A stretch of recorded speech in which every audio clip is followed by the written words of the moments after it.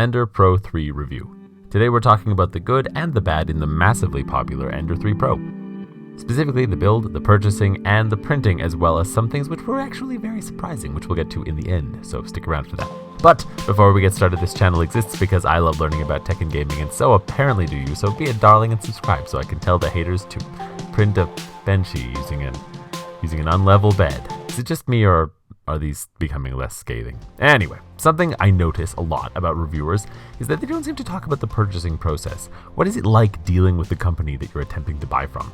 Truthfully, I feel like much can be learned from this process, and honestly, I have to say that trying to buy from Charities was kind of confusing. They don't appear to sell directly except through what appears to be a third-party store, which frankly looks like it might be a scam.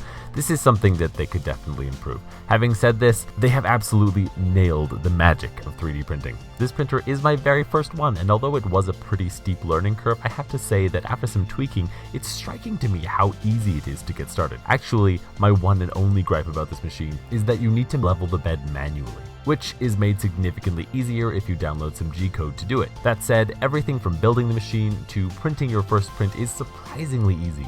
Obviously, you need to be careful, but given my grades in high school, it's impressive that I can build something as precise and complex as this without fucking it up. The thing which surprised me about this was the really fine attention to detail. In the build video that I watched, he mentions wanting to have a plastic ring to hold the filament tube into the extruding mechanism, and keeping in mind that this is a tiny piece of plastic and that the machine works without it, I was really genuinely surprised to find out that in the next model they added this. That would be my model.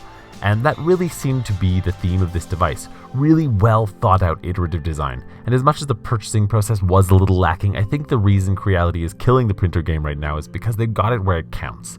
They're doing the most important thing, which is making better. To summarize, build quality is 10 out of 10. The frame is all metal construction and feels remarkably strong.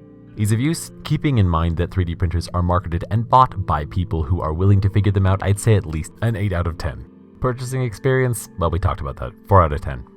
Barely. Upgradability, 8 out of 10. The Ender 3 Pro is highly upgradable, which is of course one of the reasons that I picked it. All in all, I have to say that the world of 3D printing has a long way to go, but given the staggering improvements in just 5 years, I am terribly excited to see what's to come. Okay, that's all for now, friends. Thanks for watching, and as always, I'll be right back.